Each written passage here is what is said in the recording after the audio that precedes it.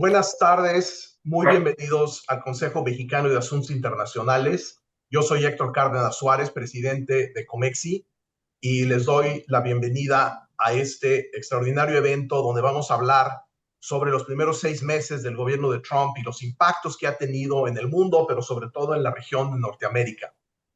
Y me acompaña un panel extraordinariamente distinguido de personas que han vivido esa relación fundamental entre México, Estados Unidos, Canadá a lo largo de las últimas décadas. Me da mucho gusto darle la bienvenida a la embajadora Marta Bárcena, quien fue hasta recientemente embajadora de México ante el gobierno de Estados Unidos. Muy bienvenida, Marta, y que tiene una larguísima trayectoria como diplomática mexicana, habiendo servido a su país en múltiples asignaciones y puestos. Entonces, muchas gracias, Marta, por acompañarnos. Es un gusto, querido Héctor, y sobre todo compartir esta tarde con Francis, amigo, con el embajador Pascual y con mi querida amiga Shona Hemingway, para ver qué ha pasado, dónde estamos y qué nos espera. Muchas gracias, Marta. También me da mucho gusto dar la bienvenida al embajador Carlos Pascual.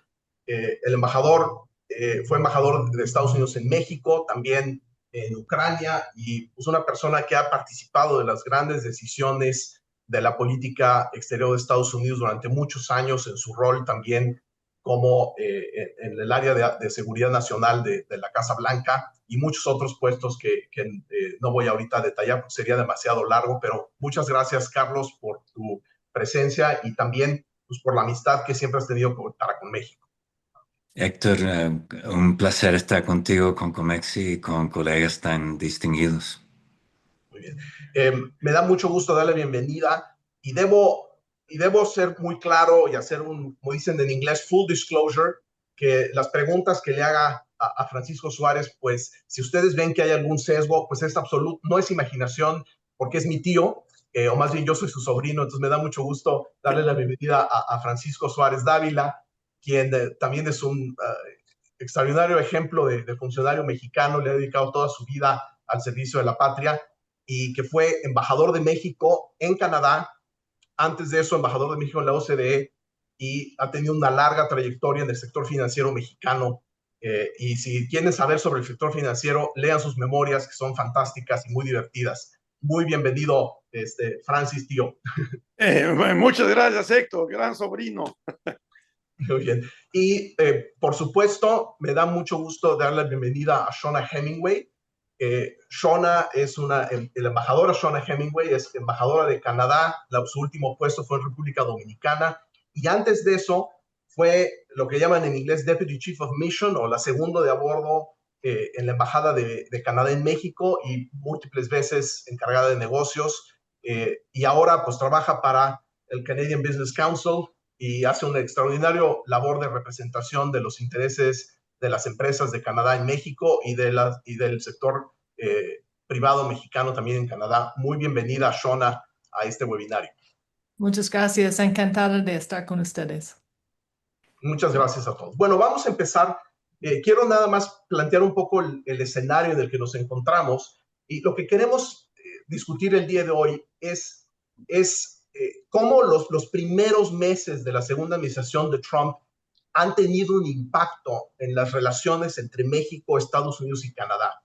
Y vamos a enfocarnos en distintas áreas. Tenemos afortunadamente un panel con muchísimo conocimiento de causa en todas las áreas de la relación bilateral, en el tema obviamente comercial, en inversiones, en temas de inmigración, en seguridad, crimen organizado, y también pensar, más que nada más hacer un diagnóstico de lo que ya sucedió, poder platicar sobre lo que se puede anticipar para los siguientes años y quizás atreviéndonos a buscar, a ofrecer al público una visión estratégica de los riesgos y las oportunidades que esta situación representa para toda la región.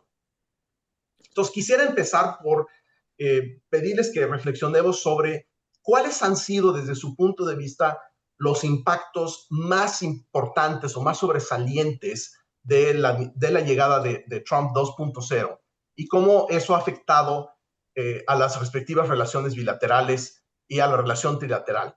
Entonces, quisiera empezar por hacerle esta pregunta a Marta, por favor, embajadora Bárcena. ¿Cómo han sido sus primeros 6 meses? Con mucho gusto, Héctor. Trataré de ser lo más sintética. Primero, lo que quiero subrayar es que Donald Trump 2.0, la administración Trump 2.0, es diferente a la Trump 1.0. Entonces, tomar decisiones o analizar con base en lo que sucedió en el primer periodo de la administración Trump es, creo yo, un punto de partida equivocado. Entonces, decir, ya supimos lidiar con Trump en una primera etapa y vamos a saber hacerlo ahora, yo creo que no entiende los cambios básicos que hay entre Trump 1.0 y Trump 2.0. Haré algunas referencias específicas. Creo que en la administración y sobre todo en el caso de México, Trump 1.0, había más lo que le llaman en inglés guardrails, o sea, había más límites a las ideas o a los impromptus de Trump, ¿sí? En el caso de la Casa Blanca, para México, fue muy importante el personaje Jared Kushner, que ayudó a matizar en momentos difíciles o a sacar adelante algunas negociaciones complicadas. Ayudó también el vicepresidente Mike Pence, ¿sí? Que sin ser un gran conocedor de México, sin embargo, estaba muy involucrado e interesado en la relación con México. Sin ser despectiva del actual representante comercial de los Estados Unidos, que es muy competente, pero no es Robert Lighthizer, ¿sí? Entonces, teníamos también en el Departamento del Tesoro a una persona que conocía México bien, que era Steven Mnuchin.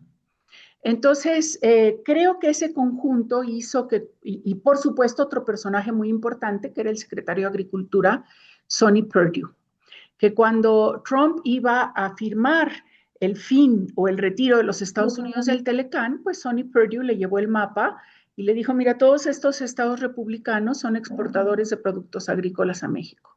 Tú firmas el fin del Telecán y perdemos todos esos estados, ¿sí?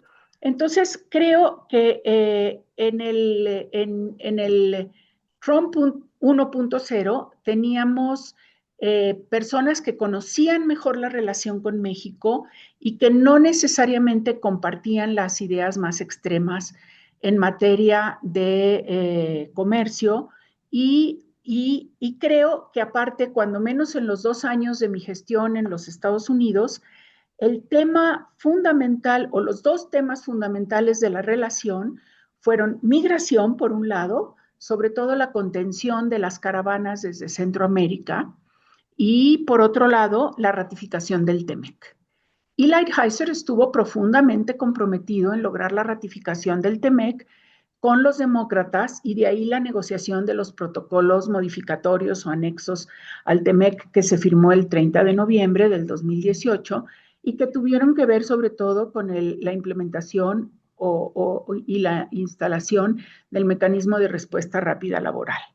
Entonces, esos 2 temas, migración y la ratificación del TEMEC, fueron los temas centrales de la acción con la Casa Blanca y con el Congreso.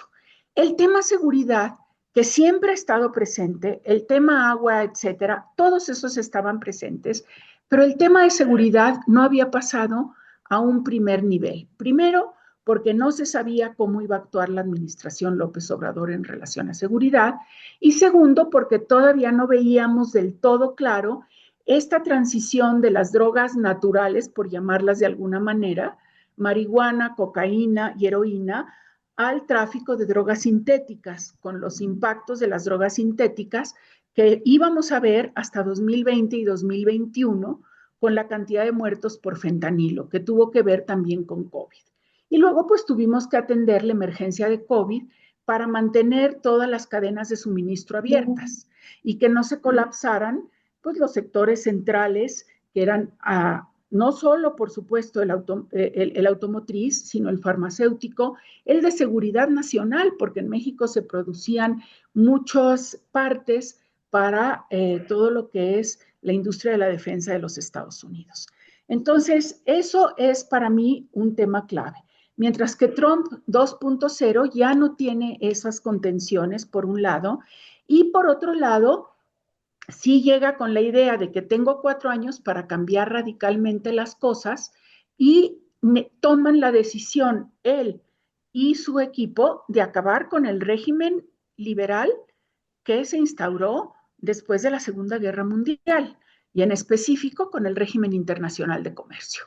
¿Sí? Y como escribí hace poco en un artículo, pasar del régimen internacional de comercio, que es un conjunto de normas, etcétera, con una visión liberal y que partía del supuesto de que a mayor comercio, mayor democracia y menos guerras, a un retorno a un mercantilismo casi del siglo XIX, es decir, la política por encima de la economía, la imposición de los deseos del más poderoso y de los objetivos del más poderoso, pero aunado ahora al tema tecnológico y aunado ahora también a una cada vez más importante presencia de China en las relaciones internacionales y en el continente americano.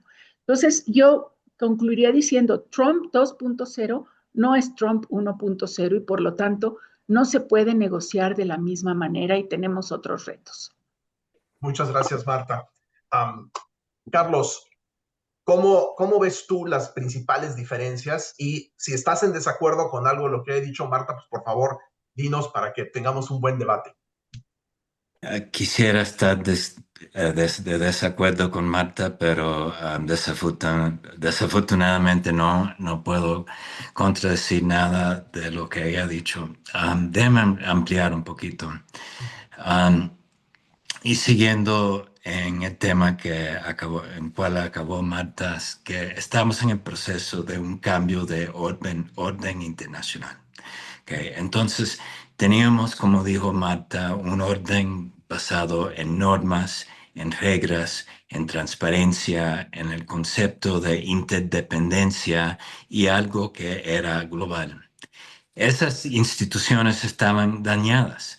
La ONU está dañada. Podemos ver una batalla entre vetos entre países, particularmente Estados Unidos, Rusia y China, que no estaba avanzando.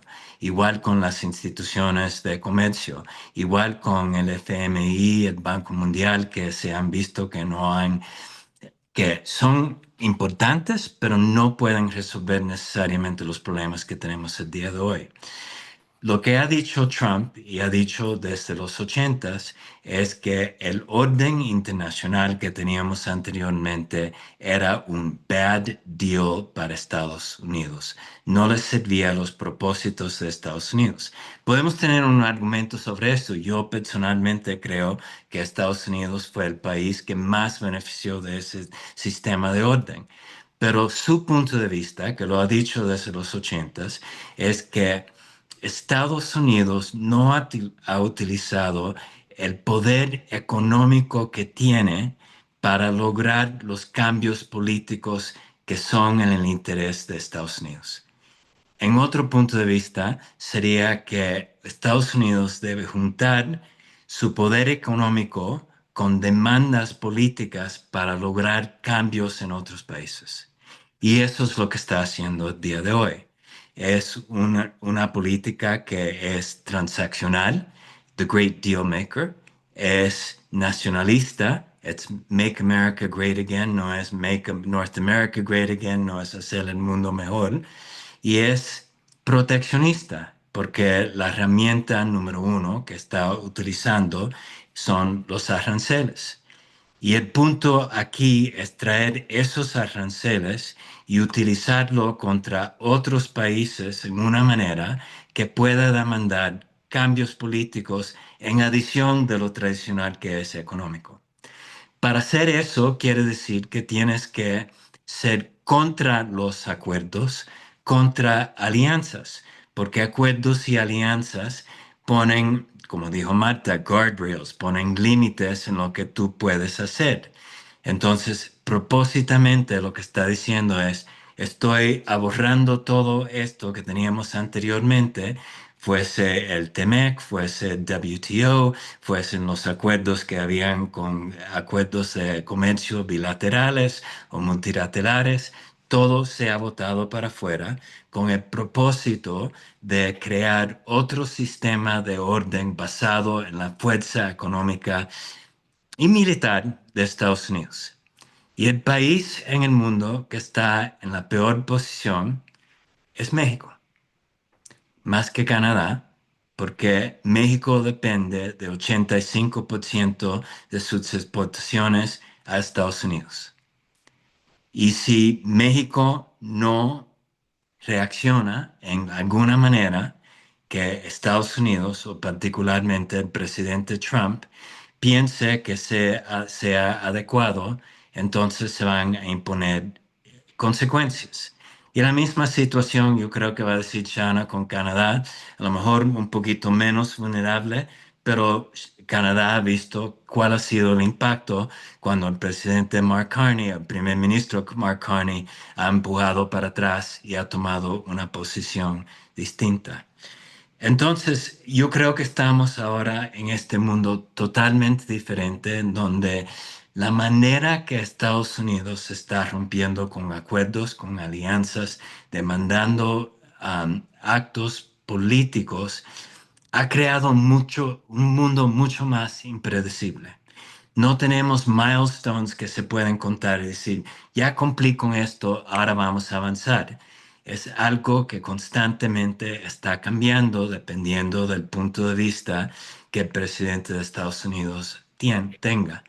Y eso ha hecho un mundo todavía más complicado, mucho más incierto, mucho más volátil, y seguiremos hablando del impacto que eso tiene sobre la inversión, los prospectos económicos, pero yo creo que eso es el contexto entre lo que Marta y yo hemos dicho. Me imagino que acordamos muchísimo en lo que estamos diciendo, que estamos en una situación no solamente que es distinta que la última presidencia de Trump, estamos en un cambio de orden que nos ponen en una situación que no hemos estado por 80 años. Muchas gracias, Carlos. Un diagnóstico muy completo y bastante preocupante. Francisco, te Muy bien, paso la voz a ti para hacer reflexión gracias. inicial. Bueno, yo creo que va a haber mucha coincidencia con lo que ha dicho Carlos y con lo que ha dicho Marta. Yo desde luego sí quiero enfatizar que no estamos conscientes de lo que significa, no solamente las políticas de Trump, sino es básicamente un cambio sistémico de gran trascendencia y que, como bien lo han dicho Carlos y Marta, se está reconfigurando el sistema comercial y se está reconfigurando también todo el sistema de alianzas. Como el caso dramático, pues recientemente, por acciones pues muy torpes de Trump, pues ha ayudado a que se confirme un eje nuevo que es India se va con China y con Rusia, ¿verdad? Eso da siempre idea de las cosas que están sucediendo. Bueno, yo creo que básicamente Trump, y ojo que Trump y sus colaboradores, y creo que es un gabinete bastante más débil intelectualmente que el que tuvo en su primer gobierno. Yo que casi extrañaríamos a Lighthizer, que básicamente sabía lo que decía. Los que están hablando ahora no saben mucho de lo que están hablando. Y sí coincido con el excelente artículo de Marta Bárcena, de que básicamente es un esquema muy primitivo. Comentábamos antes, pues se va al siglo XVII a Colbert, pero mal. Y de hecho su imagen es el presidente McKinley en los 1890, el rey del arancel, y se acuerda que el arancel de McKinley recuerda que hizo que Estados Unidos sobrepasara a Inglaterra como potencia industrial. Ese es el análisis primitivo que están haciendo, una referencia histórica absolutamente equivocada.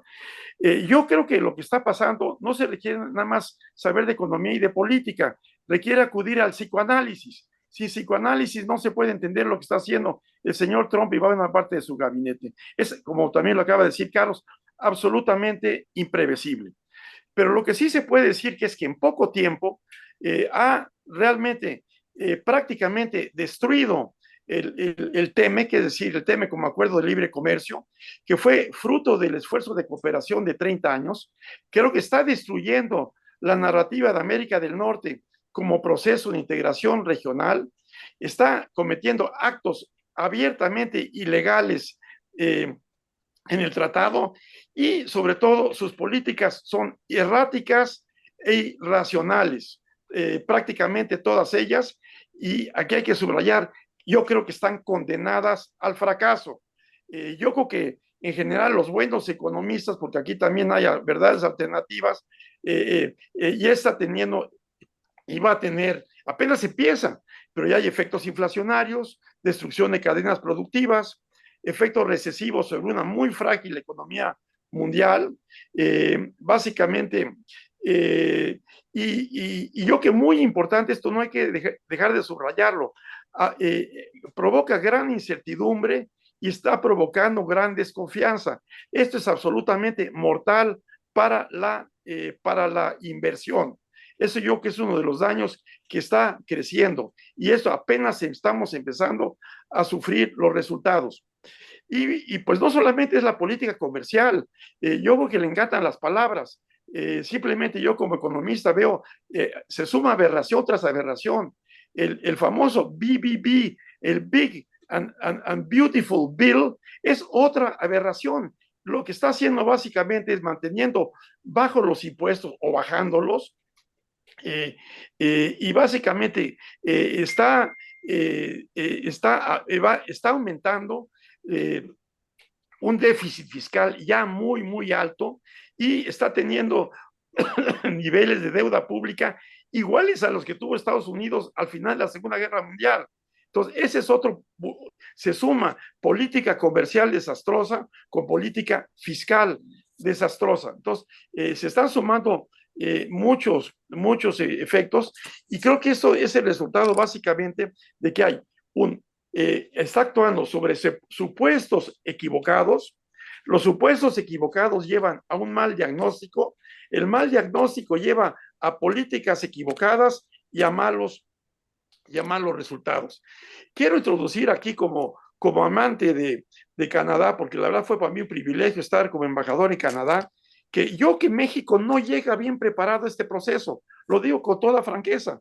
La Cancillería está en uno de sus peores momentos, y lo digo quizás como eufemismo, no tiene visión, no tiene estrategia, y junto con eso tenemos la peor representación diplomática. Ojalá estuviera Marta Bárcena en Washington, pero extrañamos mucho a los buenos embajadores de Canadá y en Washington. Llegamos muy mal preparados a este nuevo escenario que se presenta como particularmente complicado. Y efectivamente, Trump es absolutamente imprevisible. Hay que preguntarle a la Unión Europea, que sale de lo que estuve en Europa hace poco tiempo, lo que se veía como la fotografía de la vergüenza, el grupo de personalidades muy destacadas de Europa, ¿verdad? En tropel, ¿verdad? Yendo al campo de golf de Trump, ¿verdad? Y llegan supuestamente a un acuerdo comercial, y al día siguiente, muy favorable para la Unión Europea, bajar el arancel de 25 a 15, y al día siguiente Trump sale que va a meter más aranceles, porque no están comportando bien en lo que se refiere a la parte de inversión digital. Eso da idea de que lo que dice un día lo cambia absolutamente al día siguiente. Entonces, básicamente, yo creo que estamos en una situación muy, muy difícil, y yo agregaría que ahorita, aparte de la mala situación en la Cancillería y nuestra representación diplomática, ahí termino con una nota positiva. Yo creo que se descuidó lamentablemente la relación entre México y Canadá. Eso ha sido un error diplomático garrafal. Sé la importancia de la trilateralidad en el caso de Canadá, y yo creo que ahorita lo que hay que como nota positiva, y el Canadian Council ha tenido un papel muy importante efectivamente en que vengan de Canadá a México los dos ministros que vinieron, la premier de la provincia de Alberta, y que próximamente venga el primer ministro. Urge como prioridad recomponer la relación con Canadá. Casi diría la negociación con Estados Unidos parte de la base de reconfigurar una relación fuerte con Canadá como la tuvimos creo que en forma muy ilustrada con el primer ministro Mulroney. Ahí termino con esa nota positiva. Muchas gracias, Francisco. Shona. Sí, muchas gracias. Solo para hacer eco a lo que Francisco acaba de decir, de que sí, no sé qué hubiera pasado para la relación trilateral si ese pilar, tercer pilar de la relación, la tercera relación que tenemos Canadá-México, hubiera sido más fuerte, ¿no? En este momento. No sé si lo que pudiéramos lograr, tal vez si por lo menos dos de los tres países han estado más unidos en enfrentar los retos que estamos viviendo. Pero poniendo eso un poco al lado para tal vez más tarde en la conferencia, quería destacar para complementar los otros comentarios, puntos muy buenos del impacto en Canadá, porque creo que fue la reacción y el impacto muy distintos en Canadá que lo que hemos visto en México. Y tres puntos. Primero, hemos visto todo el efecto. ¿Me escuchan? Perdón. Sí, Sí, claro. Lo que hemos visto es la reacción principal en Canadá ha sido como en todo el país ese de codos arriba, ¿no? Entonces, elbows up que hemos visto, que ha sido como el punto más central de la campaña de elección de nuestro primer ministro y muchos dirían que por eso en algún parte fue elegido como primer ministro en Canadá. Entonces, toda esa campaña, toda esa reacción muy emocional, de mucho enojo, de choque, sorpresa, ha sido muy distinta en Canadá que lo que hemos vivido aquí en México. Y eso ha determinado la elección y determina un poco la situación en que nos encontramos ahorita. Entonces tenemos esa reacción que busca pleito un poco con Estados Unidos al mismo tiempo que estamos tratando de negociar. Entonces es una dinámica bastante particular en Canadá. El segundo impacto diría que es todo ese proceso de aranceles y represalias en Canadá. Solo dos países en el mundo han puesto represalias contra Estados Unidos en respuesta a los aranceles, China y Canadá. ¿No? Entonces eso también ha sido una reacción muy particular de lo que hemos hecho de parte de Canadá y hemos visto que ha sido difícil lograr un diálogo con el presidente Trump a pesar de todo el proceso de elección que ya terminó en Canadá, pero eso ha tenido un efecto en cómo fluye esa relación, esas negociaciones y vamos a ver el impacto de eso por muchos meses, probablemente más. Y hasta la revisión que estamos esperando del TMEC. Y el tercer punto que diría como impacto fue lo que estamos viviendo como impacto sobre nuestra economía. Hemos visto empresas que han cerrado, hemos visto falta de inversión en Canadá, falta de reinversión de empresas en Canadá. Y en el segundo trimestre de este año vimos un crecimiento negativo o una contracción de 1.6 en nuestra economía. Entonces, eso es un impacto muy fuerte que demuestra que Canadá está muy integrado como México. Más de 75% de nuestras exportaciones iguales van a Estados Unidos. Entonces, la situación económica en Canadá es muy precaria en este momento y necesitamos una estabilidad en la relación con Estados Unidos, mientras al mismo tiempo estamos buscando abrir otros mercados para nuestras exportaciones, de construir otras alianzas con Europa, con América Latina, con Asia. Y yo diría que México debe ser el primer país con el cual podemos lograr algo para profundizar nuestra relación económica en este momento. Pero lo que necesitamos realmente es de buscar la estabilidad. Estamos esperando que comience la revisión del TMEC lo más pronto posible. Nuestros empresarios están tratando de identificar lo que son los puntos, digamos, ofensivos, defensivos del sector privado para esta revisión si llega a ser algo más profundo. Pero lo que debemos hacer es ver cómo podemos desarrollar, fortalecer la región de América del Norte.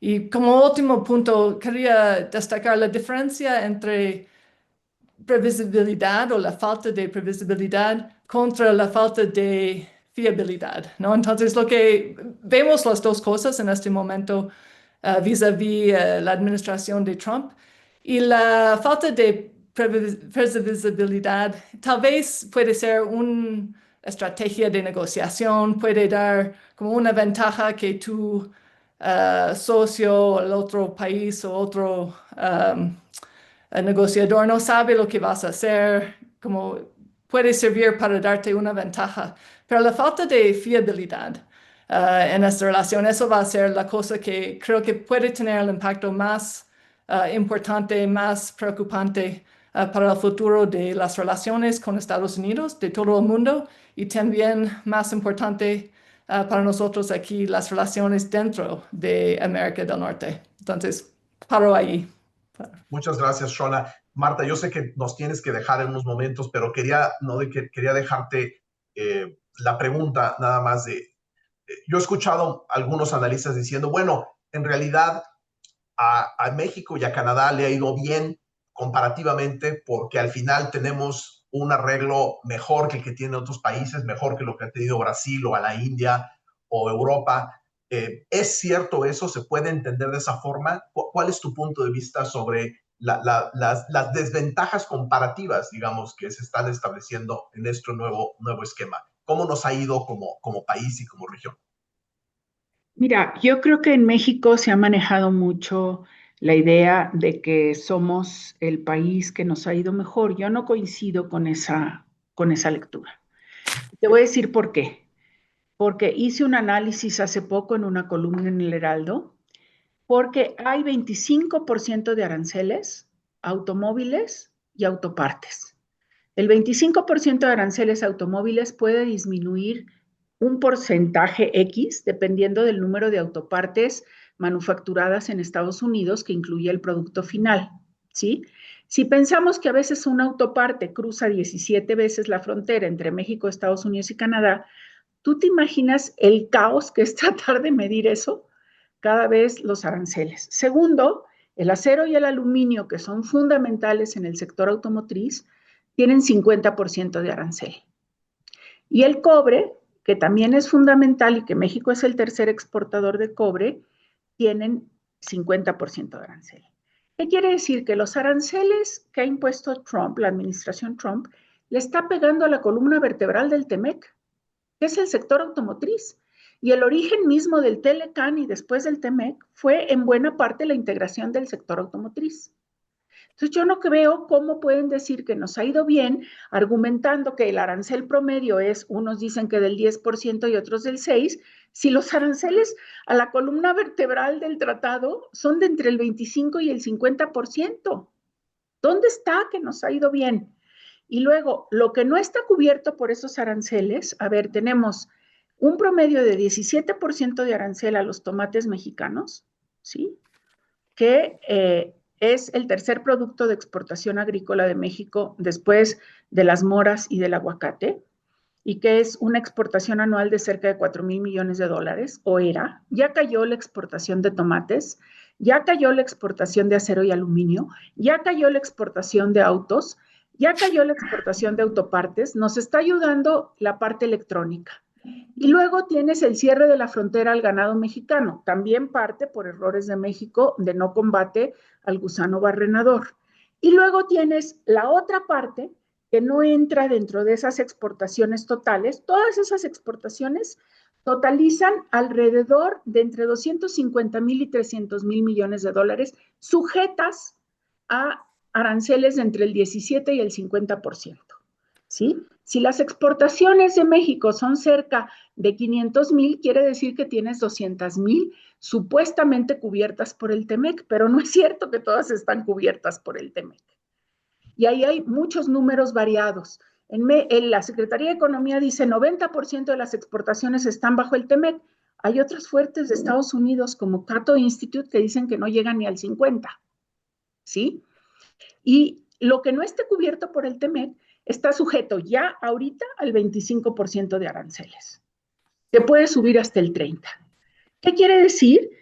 Que aunque hagas las cuentas del gran capitán del arancel promedio a 10, las partes esenciales del comercio entre México y los Estados Unidos, el sector automotriz y el sector agropecuario, está siendo muy afectada. Entonces, no es cierto que nos ha ido muy bien. No es cierto. Y aparte, esto está rompiéndole todo ese concepto de integración de Norteamérica. Por eso es tan importante el trabajo con Canadá. Por eso es tan importante el trabajo con el sector privado. Si el sector privado no tiene datos y no le da al gobierno de México datos concretos de cómo se está afectando el sector automotriz y decir que lo que pasa es que ahora con el Plan México se van a comprar más coches, sí, como no. 1,5 millones de coches se venden al año en México y México produce 4,5 millones. ¿A poco vamos a vender los otros 3 en México? Pues claro que no. Entonces, si no se habla con la verdad, si no se hace un diagnóstico cierto y verdadero, no puedes llegar a la mesa de negociación con una estrategia clara. No puedes negociar básicamente con retórica, no debes, porque aparte, y Carlos lo sabrá mejor, lo único que respetan bien los Estados Unidos es el conocimiento y la defensa que hace uno de los propios intereses. Si no llegas con conocimiento, te arrasan. Muchas gracias, Marta. Y eso sin contar los otros temas. Ahorita te enfocaste en los temas comerciales. Comerciales. Están los temas de migración, están los temas de seguridad, etcétera. Carlos, ¿querías reaccionar? Estás en mute. Tu micrófono está apagado.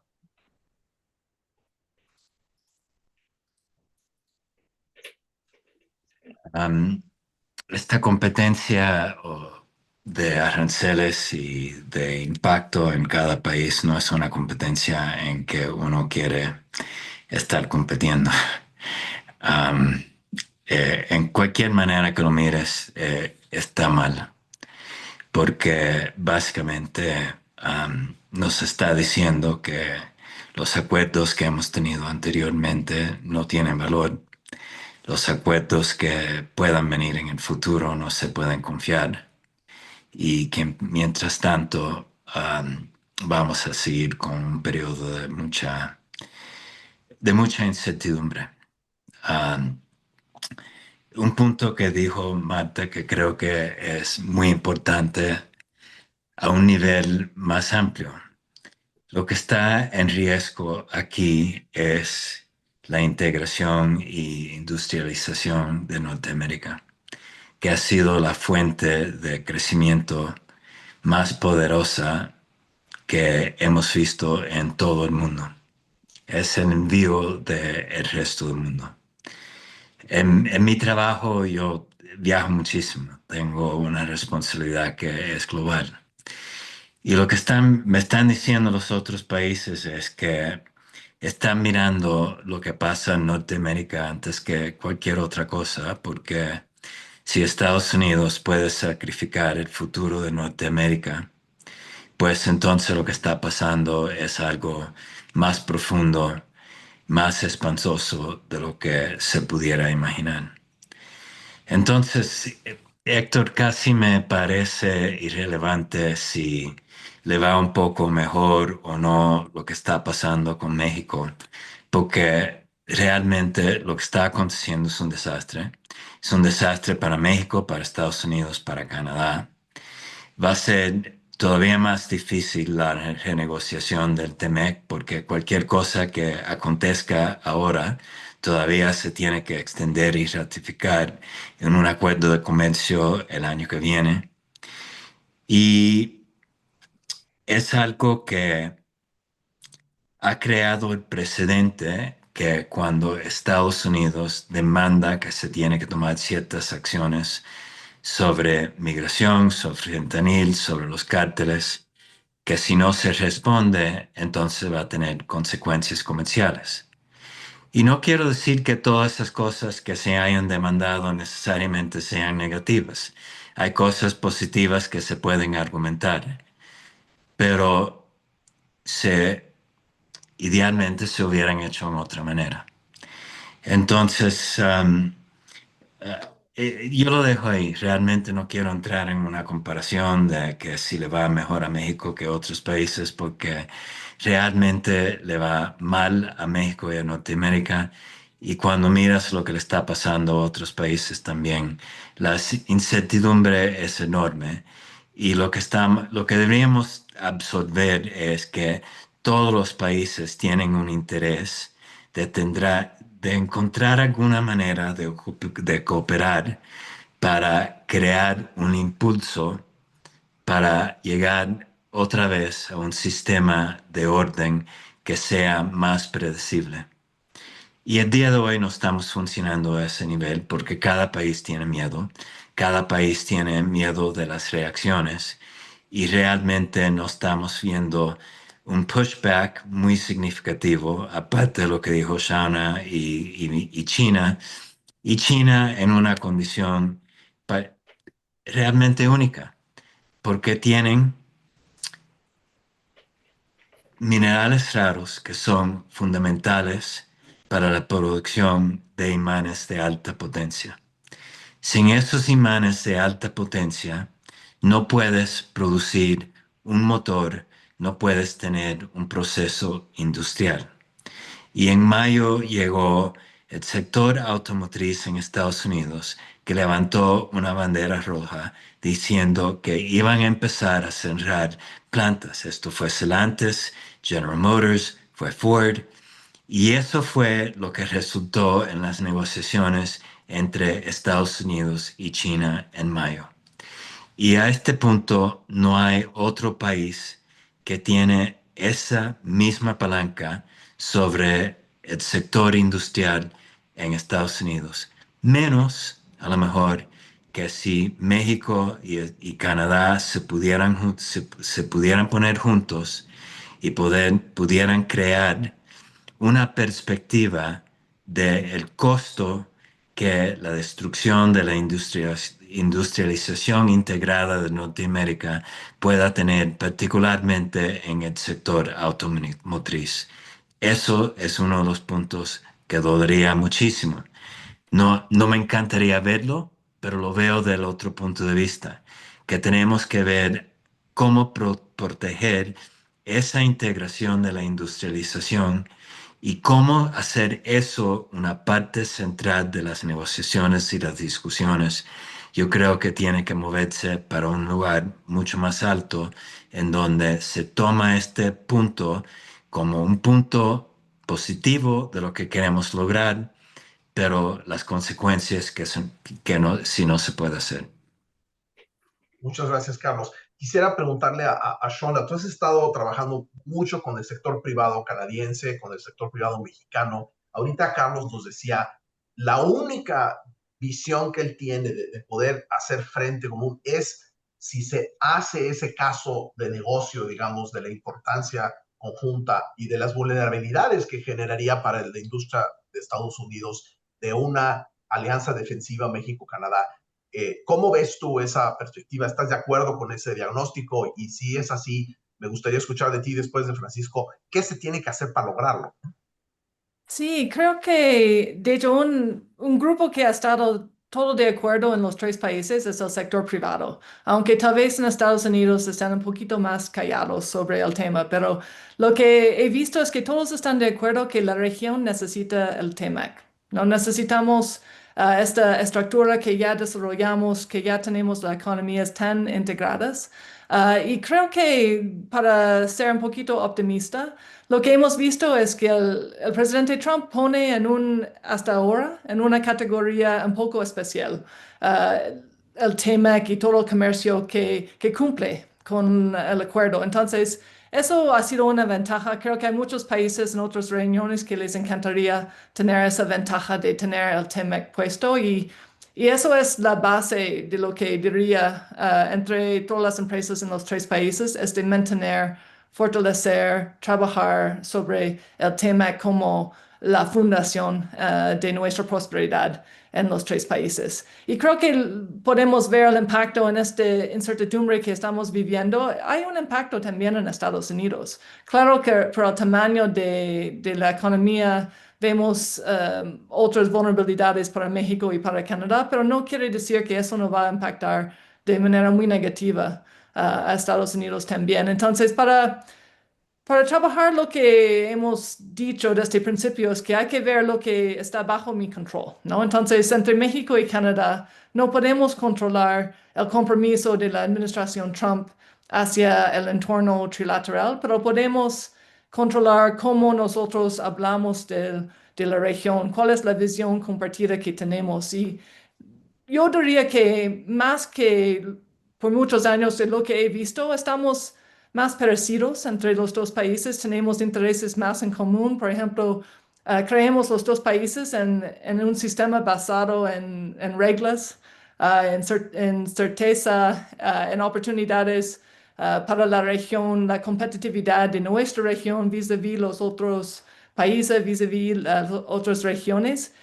Y otra cosa es que tenemos todo lo que necesitamos en América del Norte. Tenemos muchos recursos, tenemos riquezas de energía, podemos lograr seguridad alimentaria, podemos desarrollar los minerales críticos que son esenciales para el futuro de la industria, del futuro de las cadenas de suministro en todo el mundo. Entonces, sí tenemos ese momento de incertidumbre, el proceso, que es una revisión, un proceso un poco técnico, pero lo que tenemos que ver es a medio plazo, a largo plazo, cuál es el futuro de nuestra región, de nuestra competitividad, y debemos estar trabajando más de cerca. Y Héctor, mencionaste al principio otros temas de migración, de crimen organizado, de fentanilo, de amenazas comunes. Sí, yo creo que más que nunca en la historia de la relación entre Canadá y México estamos enfrentando amenazas y retos comunes y necesitamos fortalecer esa cooperación. México ya es un país de tránsito, pero también de destino para los migrantes, y realmente no somos realmente más países de América del Norte más que nunca en la historia. Entonces nos parecemos más, somos más parecidos en eso y debemos estar viendo. Entonces, para mí, finalmente, tal vez con la llegada de la administración de Trump y todo ese proceso de aranceles, ya estamos viendo los incentivos que no habíamos visto en toda la historia de nuestra relación para fortalecer una visión compartida y tratar de construir un futuro próspero para nuestros pueblos, Sí, utilizando las cosas que están bajo nuestro control. sí. Gracias, Sean. Sí, Sí. Francisco. Bueno, pues sí, desde luego, escuchando a Sean, desde luego yo creo que el país que más gana de este proceso es justamente Canadá, porque gracias a Trump ganó el gran primer ministro Carney, ¿verdad? Sí. Entonces yo creo que eso ya es un primer logro de Trump, hacer que Canadá ganara el Partido Liberal. Entonces es el país que más gana, ¿no? Ojalá nos ayudara también en sentido parecido, pero bueno, eso faltan algunos años. Bueno, yo creo que Sean planteó un dilema que creo que es muy interesante. ¿Qué es mejor? Hay un dilema entre negociar con Trump vía cooperación y diálogo, que fue el camino que ha seguido, creo que con cierto éxito, la presidenta Sheinbaum, o irte por el camino de la confrontación y de mecanismos compensatorios. La verdad es que sí, Canadá siguió el camino de la confrontación. Europa lo intentó inicialmente también, luego diciendo, voy a poner mecanismos compensatorios, y los dos tuvieron que revertirse y decir siempre no, o casi siempre no. Entonces hay que ver cuál es el mejor camino. Sigo muy de cerca todavía a Canadá. Un muy amigo mío, Colin Robertson, escribió hace poco que hay que sugerir 3 caminos. Y yo que hay que seguir los 3. Uno es el enfrentamiento cuidadoso, con cuidado, enfrentamiento, la diversificación del comercio, y muy importante, poner la casa en orden. Creo que es una excelente oportunidad, desde luego en México, para poner la casa en orden, cosa que no hemos hecho. La casa la estamos poniendo en desorden, lo cual agrega un elemento más de vulnerabilidad. Segundo, yo coincido con Marta, de que la verdad a todos nos va mal. La verdad, a quien le fue peor o menos mal, pues es mal de muchos, consuelo de tontos, ¿verdad? A todos nos va mal. Y un caso, bueno, simplemente lo que ha pasado con el arancel general. México tenía 25% de arancel general, Europa más también. A Europa se lo bajaron de 25 a 15% después de la reunión del club de golf de Trump en Escocia. Se lo bajan de 25 a 15 el general, y a nosotros y a Canadá nos lo suben de 25 a 30 y a 35. O sea, ese no es un gesto así muy amistoso, aunque es solamente el arancel general. Ahora, yo creo que bueno, nos va mal a todos. Sin embargo, sí, algunos economistas aquí, recientemente Luis de la Calle, que yo que es un muy buen economista, sí da la noticia haciendo cálculos que los ha hecho bien, que básicamente México, y este es el cálculo clave, la protección efectiva que se impone por Estados Unidos a México es una protección efectiva, y más o menos los analistas, bueno, están de acuerdo, entre 6 y 7%. Eso es lo que nos afecta a México, entre 6 y 7%. A Europa lo afecta en mucho más, casi en el doble. Y antes estaba en 2 o 3%, claro, nos sube de 2 a 3 a 7, pero hay países que están arriba de 17 o más. Entonces, en términos de protección efectiva, y yo Canadá está muy parecido, protección efectiva a Canadá y a México nos va un poco mejor que a los otros.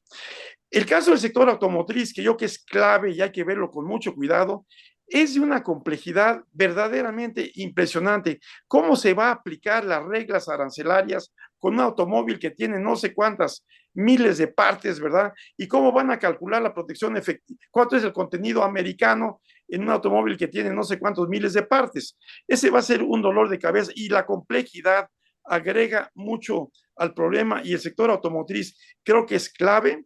Ahí es importante, quizás el más clave también con Canadá, porque ahí tenemos que estar de acuerdo en que hay que proteger al sector automotriz de Canadá y de México, y que no puede ganar México a expensas de Canadá, ni México a expensas de Canadá.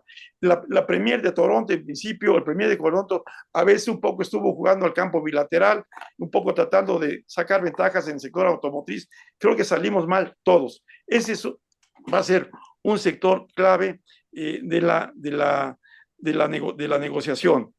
Y yo que hay algo que acaba de mencionar Carlos, yo que lo que hay que persuadir, lo acaba de mencionar, hay que persuadir a Trump de que el mejor antídoto contra China no es lo que está haciendo. El mejor antídoto contra la competencia china es una América del Norte integrada, fuerte, con las cadenas productivas funcionando. América del Norte es como si fuera el país más grande del mundo. Es más grande que China y más grande que la India. Ese es el principal país del mundo, América del Norte. El fortalecimiento de América del Norte con los recursos humanos, tecnológicos, científicos, etcétera, que tenemos, esa es la fortaleza, y eso es lo que hay que convencer a Trump, que ahí está la fortaleza, no en destruyendo lo que es su principal fortaleza, que es poco menos que suicida, ¿verdad? Yo que es un tema que me parece que tiene así la mayor importancia, que insistamos en eso. Entonces, yo creo que en fin, después hay que ver qué propuestas concretas, después tengo algunas ideas de qué propuestas concretas se pueden hacer, pero hay que pasar, como tú lo has dicho, Héctor, hay que pasar de ser reactivos y defensivos a ser propositivos, con una visión de largo plazo, más allá de Trump. Mi último punto es, yo creo optimistamente, está cometiendo tantos errores Trump, que Trump va a tener que rectificar sus políticas, le va a ir mal, pronostico que le va a ir mal en el periodo legislativo, su popularidad está cayendo, y yo creo que básicamente el fenómeno Trump va a caer por su propio peso y por los errores que está cometiendo. Muchas gracias, Francisco. Quería retomar con Carlos, creo que hay un par de cosas que se dijeron que sería bueno tener tu reacción. Uno, y yo lo he escuchado en Washington de exfuncionarios ligados a Trump, ex altos funcionarios americanos ligados a Trump, que me han dicho, los únicos que realmente pueden convencer a Trump de algo son las grandes empresas americanas. Y tú mencionabas hace un momento la importancia que tuvieron esas reuniones con la industria automotriz de Estados Unidos. Entonces, pero también Shona mencionó, pero han estado un poco callados. ¿Qué está pasando en ese aspecto? Y tú que estás también en una empresa global y tienes contacto con todos ellos, ¿qué tiene que hacer, qué puede detonar que la industria de Estados Unidos tenga una voz más fuerte en comunicarle al presidente Trump pues los problemas que están generando sus políticas? Héctor, yo no creo que las grandes empresas americanas han influido a Trump mucho. Lo que sí lo influyó a un momento fue el 8 o 9 de abril, cuando primero anunció lo que llamó Liberation Day, el día que anunció los aranceles. Y acontecieron dos cosas en paralelo que nunca deben de acontecer. De un lado, subieron los intereses en los bonos de 10 años del Tesoro de Estados Unidos. Quería decir que con los aranceles el resto del mundo tuvo menos confianza y, y el Tesoro tenía que subir la tasa de interés para atraer el interés para comprarlos. Y subieron de más o menos de como 4.1% a más o menos 4,1 por 8, 4.9. Okay. No parece tanto, pero significativo cuando tienes una deuda del tamaño de Estados Unidos. Al mismo tiempo, lo que aconteció fue una devaluación del dólar. Esto nunca está supuesto acontecer. Cuando estás subiendo las tasas de interés normalmente en Estados Unidos, es una atracción para atraer dinero de afuera. Y el mensaje que le dio a Estados Unidos es que aquí tenemos una señal de crisis, que uno, tenemos que pagar más, y dos, que el valor de la moneda está cayendo, y si esto sigue y ese aumento de las tasas de interés se siguen extendiendo por toda la economía, podemos tener una crisis económica. Y ahí fue en donde se llamó una pausa y dejó al lado todos los aranceles recíprocos que había anunciado y entró un periodo de 90 días. Es complicado el proceso que ha seguido después de eso. No voy a tratar de explicarlo, creo que tomaría mucho tiempo. Pero eso fue la primera cosa que tuvo un impacto. Y la segunda cosa que tuvo impacto fue lo que mencioné anteriormente de el poder de China con los imanes y el impacto que tuvo en la industria económica de Estados Unidos. Bueno. Yo creo que estamos en un punto en donde el presidente piensa que realmente no hay cualquier cosa que pueda chequear su poder. El Congreso no lo ha hecho. La Suprema Corte generalmente diría que no lo ha hecho un par de veces, a lo mejor sí. Vamos a ver en poco tiempo qué pasa en la Suprema Corte con algo de alta importancia, en donde la Corte Internacional de Comercio de Estados Unidos llegó a un juicio que el uso de la autoridad que se llama el International Emergency Economic Powers Act, el poder que utilizó para todos los aranceles recíprocos, que fue ilegal, que el presidente no tiene la autoridad para usar esa ley para los aranceles. Una corte federal reenforzó la decisión de la Corte de Comercio Internacional y ahora va a ir a la Suprema Corte. Y yo creo que va a ser un buen ejemplo de si puede haber algún chequeo en el poder del presidente, porque realmente tiene suficiente confianza que él tiene la capacidad de hacer lo que él quiere hacer. Y a este punto yo no creo que está escuchando mucho a ningún consejo que venga de afuera. Entonces, la única forma de revertir es con choques externos, es decir, ya sea un revés político como el que mencionaba Francisco, o un choque de credibilidad económica como lo que aconteció en abril. Pues eso nos pone en una situación muy complicada, ¿no? Porque esos choques también afectan a los demás países, ¿no? O sea, si le va mal a Estados Unidos, también le va mal en ese tipo ese nivel económico, también le va mal a México y Canadá. Quizás ahorita podríamos dar el giro en el tema de qué más nos puede sorprender. O sea, ya vimos, ya vimos todo lo que tiene Trump en su tintero, o todavía faltan sorpresas por ver. Quizás, Shona, ¿cómo lo ven ustedes desde Canadá? O sea, ¿ya pasó lo peor o todavía hay sorpresas que nos puedan enfrentar a situaciones aún más graves?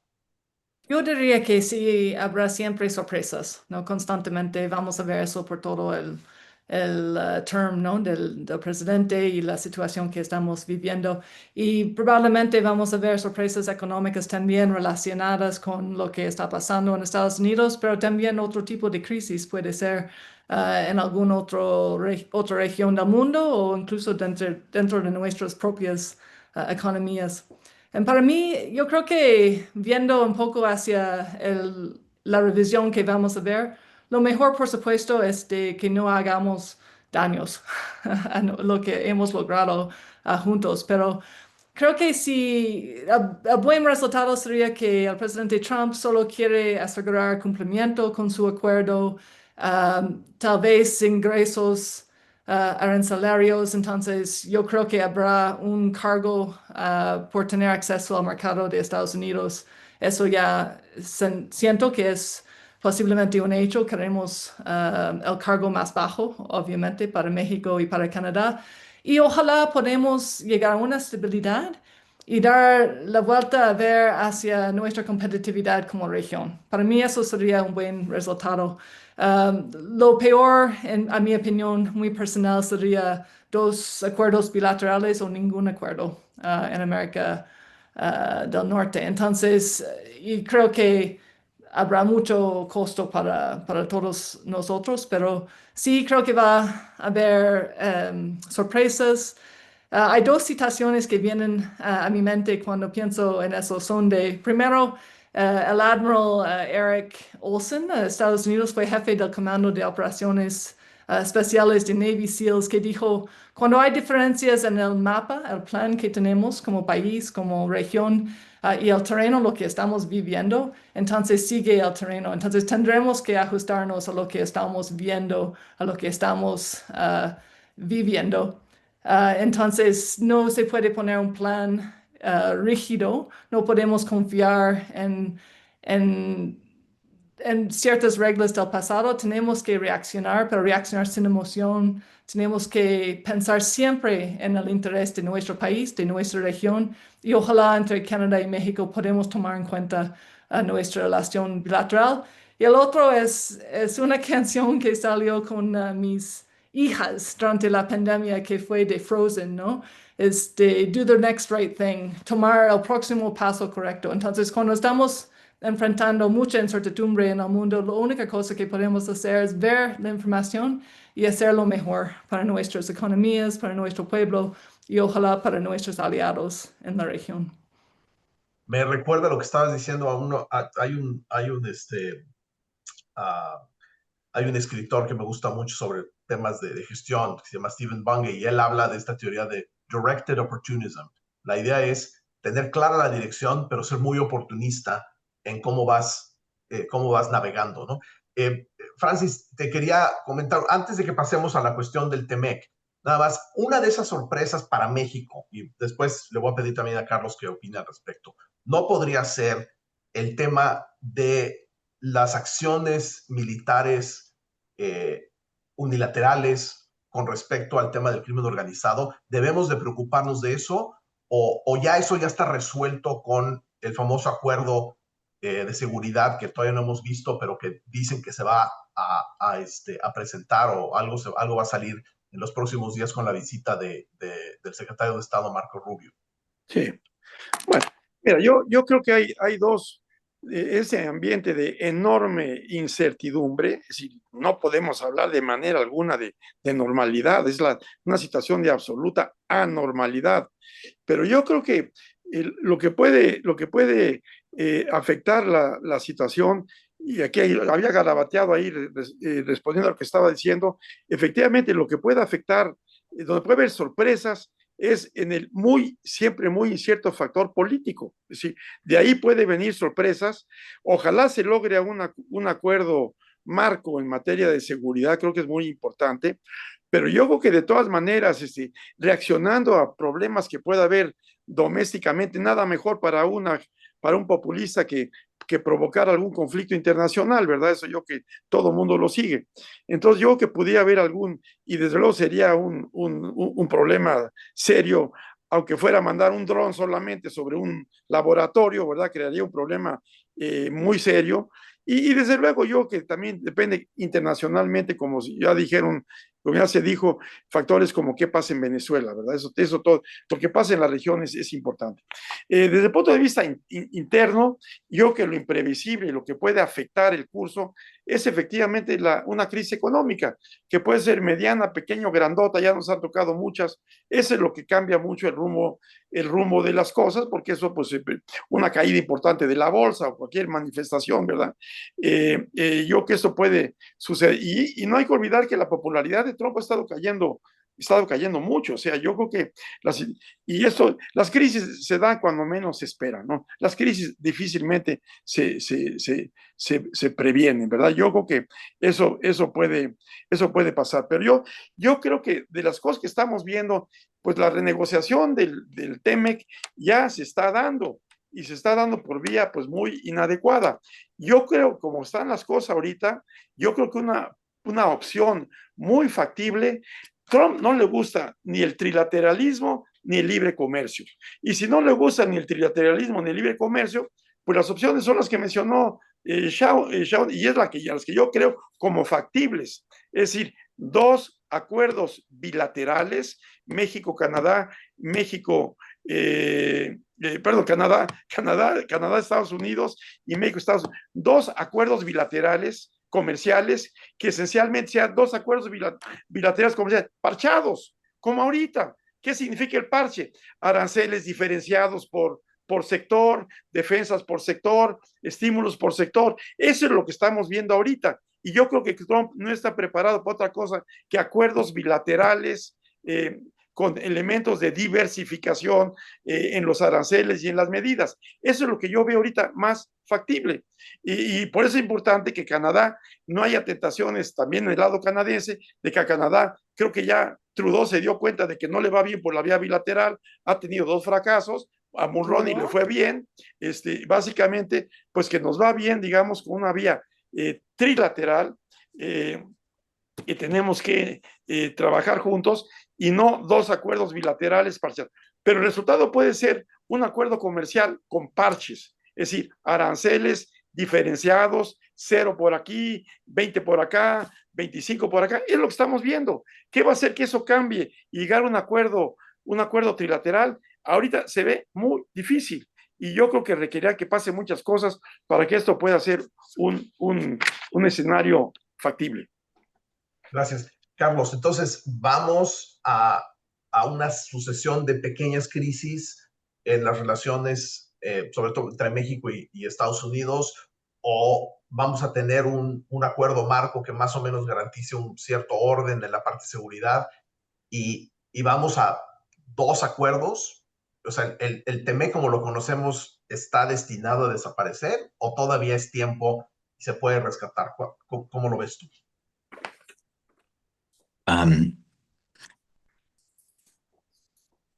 Es difícil prever para exactamente dónde vamos a ir.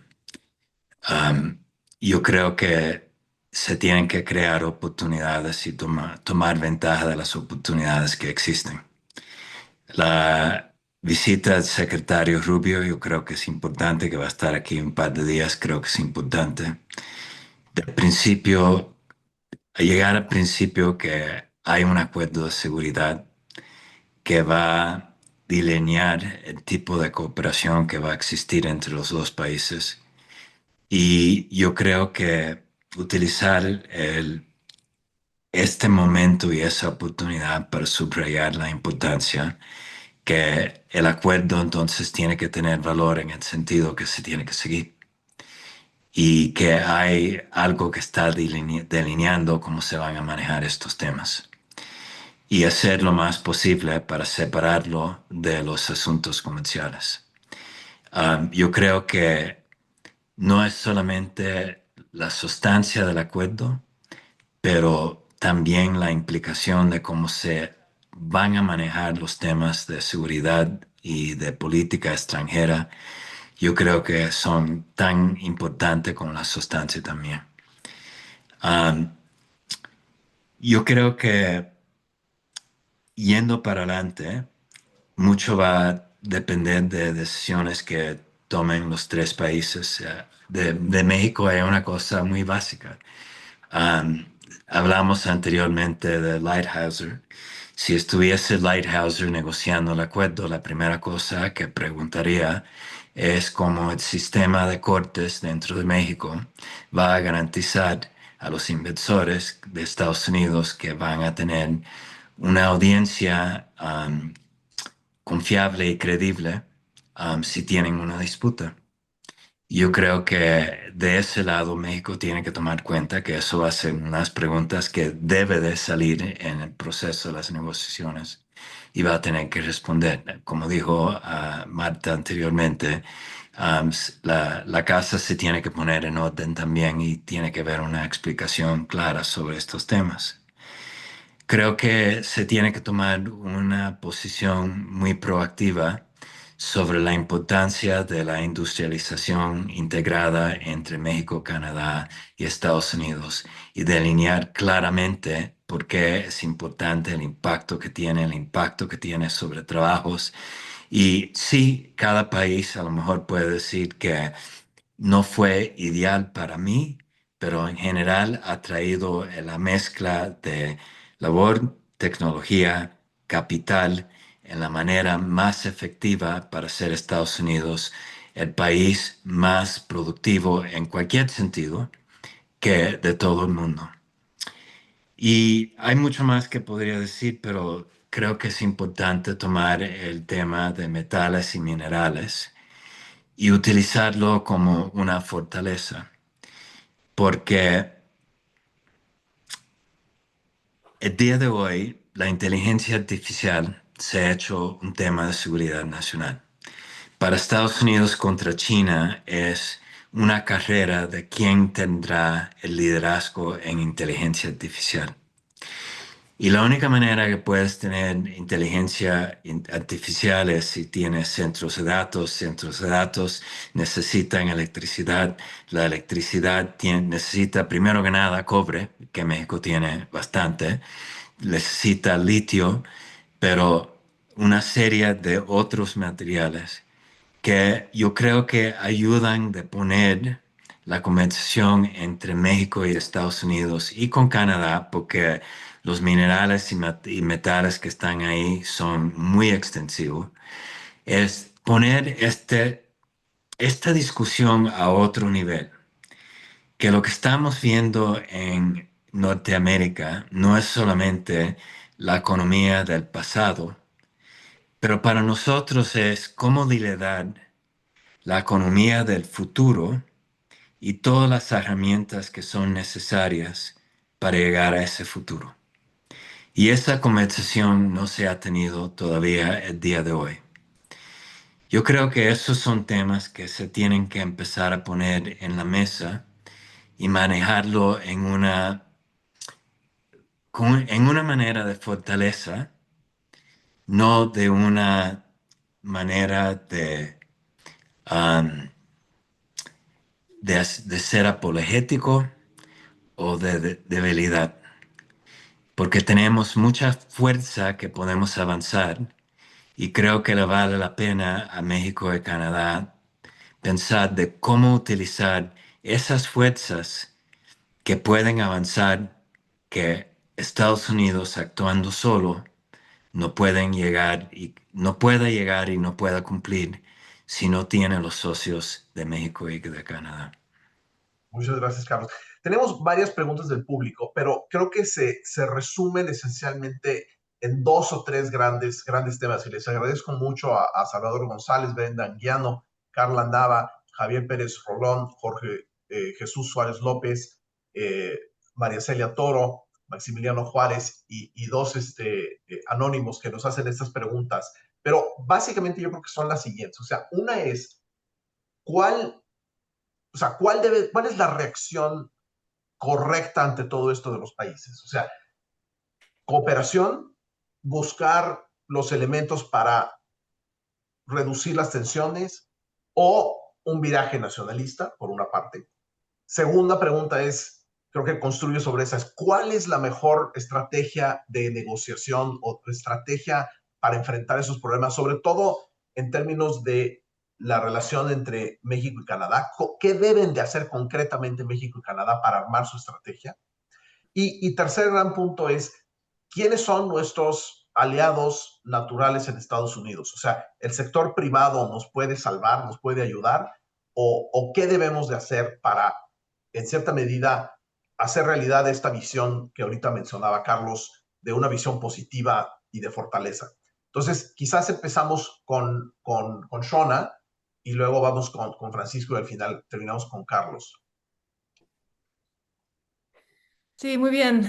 Tal vez empezando con tu última pregunta primero, ¿quiénes son los aliados? Claro que sí, que el sector privado es interlocutor esencial, estamos muy de acuerdo, queremos hacer negocios, queremos atraer la inversión y la estabilidad, la previsibilidad, todo eso es esencial para hacer negocios. Entonces, tenemos aliados naturales ahí, pero lo que estamos viendo es dentro del TEMEC y también de la región es que un enfoque nuevo sobre sectores, más bien. Antes tal vez estamos viendo mucho el tema de las reglas y el marco y todo eso, pero ahora estamos viendo diferentes maneras de tratar los temas a través de cuál sector es el enfoque de ahorita. Entonces, yo creo que viendo aliados en particular, vemos la base del presidente Trump, los que van a estar impactados por lo que está pasando. El sector agrícola, ¿no? Y creo que va a ser clave. También cuando quieren las inversionistas poner grandes fábricas y no encuentran la mano de obra suficiente en Estados Unidos para poder establecer su fábrica. También los timelines, el tiempo que toma para establecer una fábrica, todo eso va a crear un ruido que no se puede ignorar en Estados Unidos. Y la estrategia de Canadá siempre es de hablar mucho con diferentes estados, con diferentes interlocutores por diferentes regiones, porque los intereses son muy sectorales, son muy particulares, son muy local en ese sentido. Para el tema de la estrategia, hay cosas que creo que México ha hecho muy bien. Uno es de quitar la emoción del asunto. Culturalmente, si hablamos de las perspectivas muy generales sobre las culturas, uno diría que tal vez los canadienses son un poquito más secos y los mexicanos más emocionales, pero hemos visto el opuesto en este momento. Hemos visto que México no se ha quitado mucho la emoción y creo que eso es crítico para pensar bien, claramente y enfocarnos en qué es nuestra meta. Si vamos a tomar una decisión que pone en riesgo alguna relación con otro país o otra cosa, ¿para qué? Tenemos que tener claro cuál es nuestro objetivo haciendo esa acción.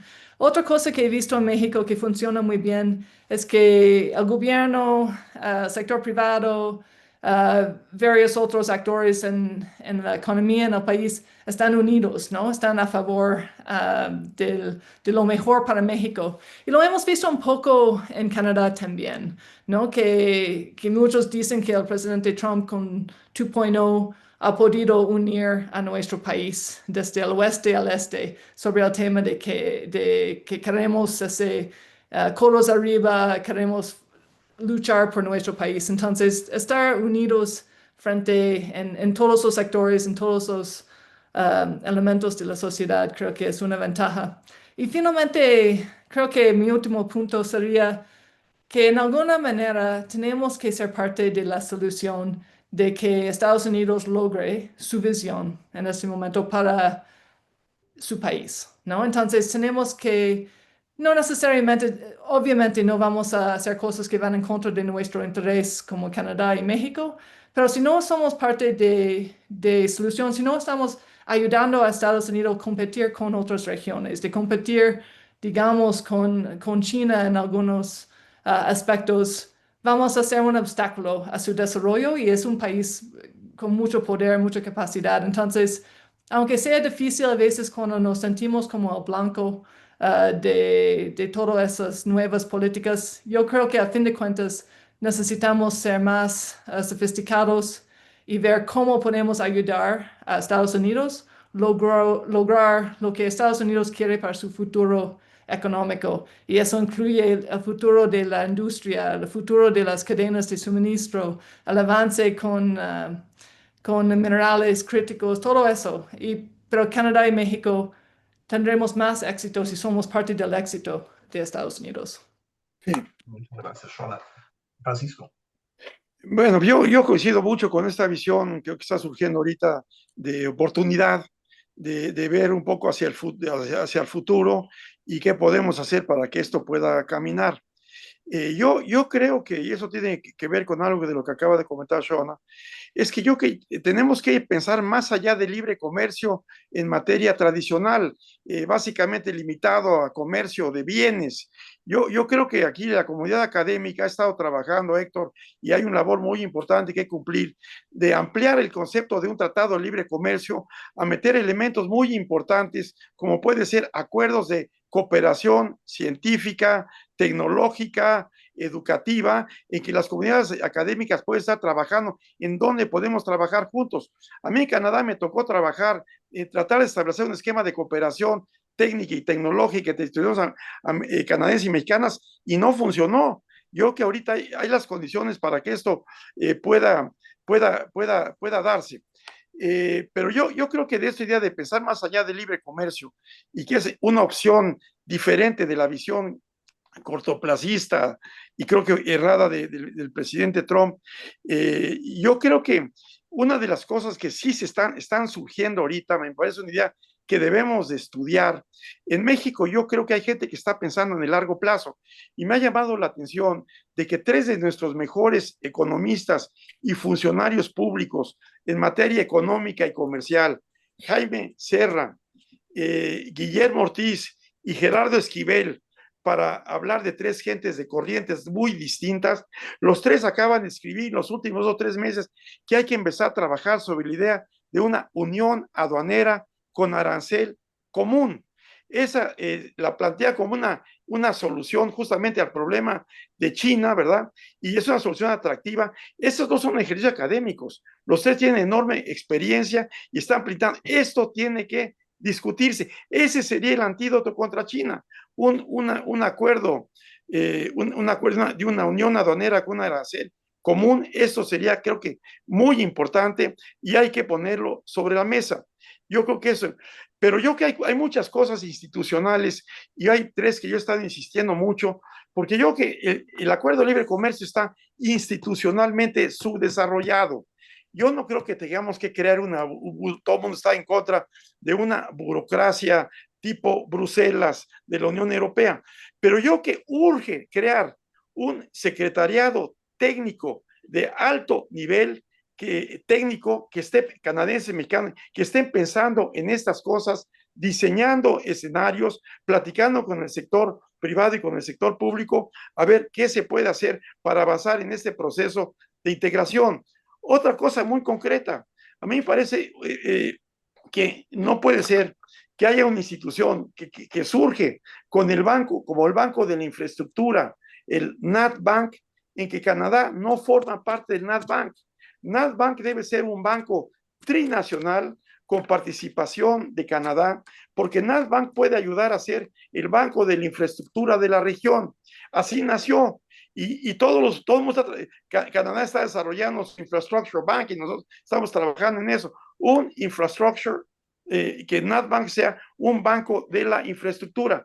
¿Y cómo se puede financiar? Pues hay que ver lo que están haciendo los europeos. Las instituciones regionales están emitiendo bonos con garantías de los 3 gobiernos para financiar lo que tienen que hacer.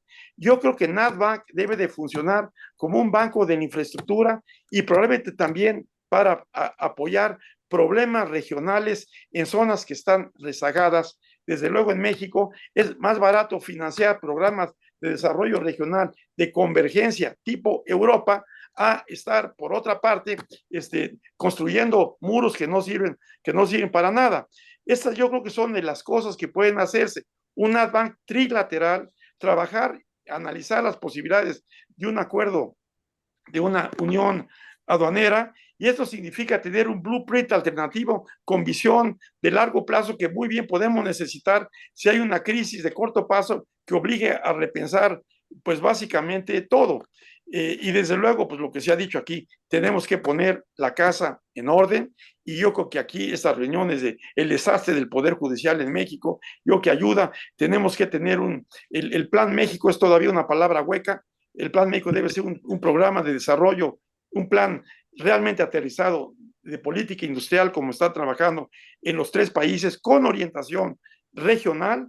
Yo creo que es muy importante que esto pueda darse, y yo que tenemos que resolver el problema de crecimiento.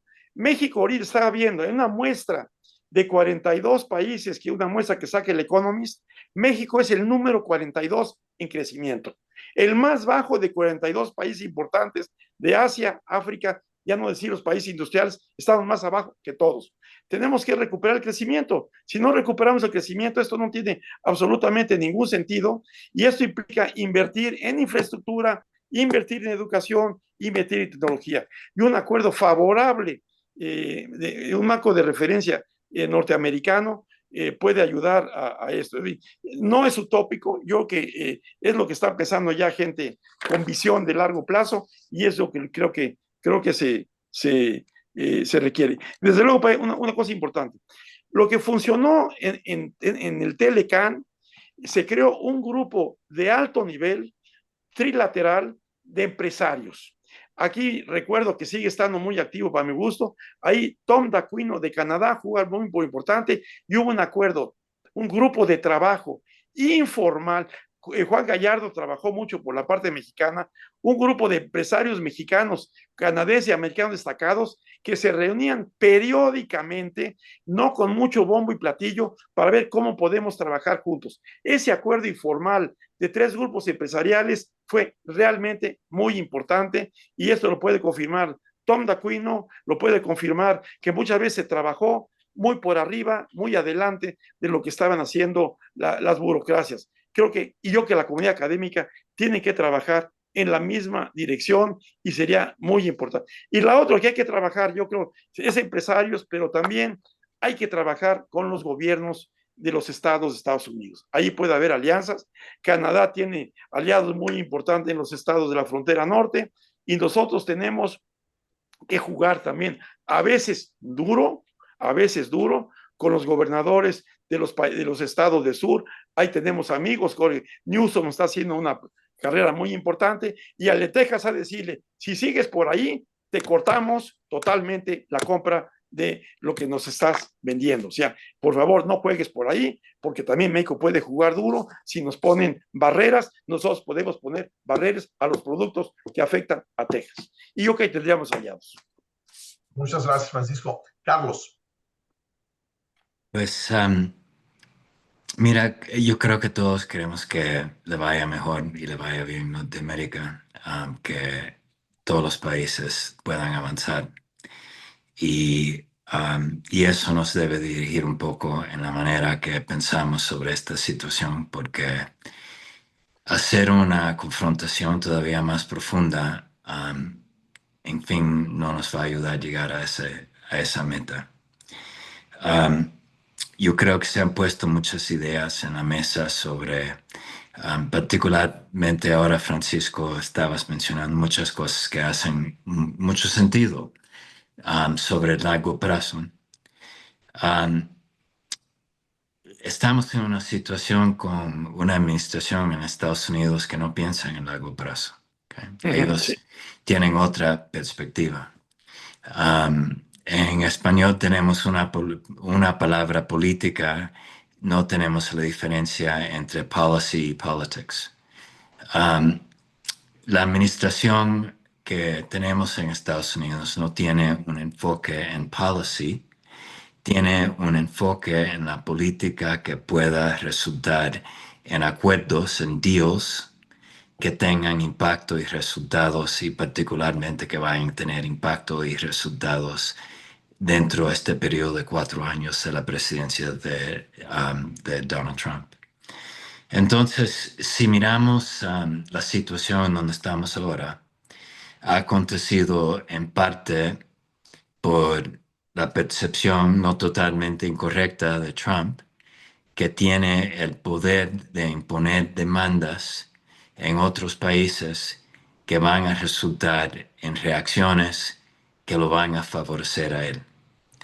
Si queremos cambiar esa situación, los países, particularmente México y Canadá, tienen que juntarse para poder mostrar que tienen la capacidad de darle a Norteamérica y a Trump todavía más poder sobre cosas que él no podría lograr sin los otros dos. Y aquí vienen temas relacionados con cadenas de valor, inversión dentro de Estados Unidos, diversificación de la dependencia que existe en China, avances sobre la inteligencia artificial. Se tendría que montar el caso en una manera cuidadosa, pero el punto es que si vamos a tratar de salir de la situación de donde estamos ahora, tenemos que mostrar cómo se puede avanzar en la base de creando más poder para Norteamérica y dentro de eso más poder para Estados Unidos. Y si no podemos mostrar eso, entonces yo creo que vamos a seguir en alguna versión de lo que tenemos el día de hoy. Muchísimas gracias, Carlos. Muchas gracias, Shona. Muchas gracias, Francisco. Muchas gracias a todo nuestro público.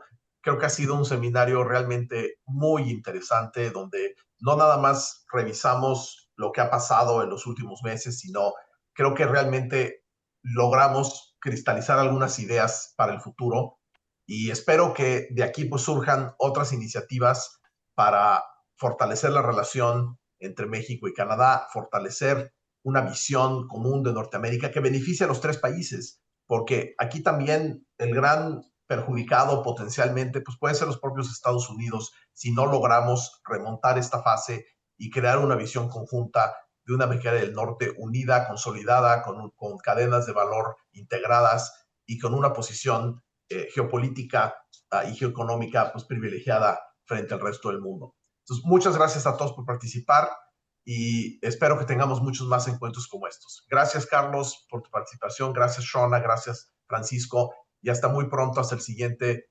seminario o webinario Comexi.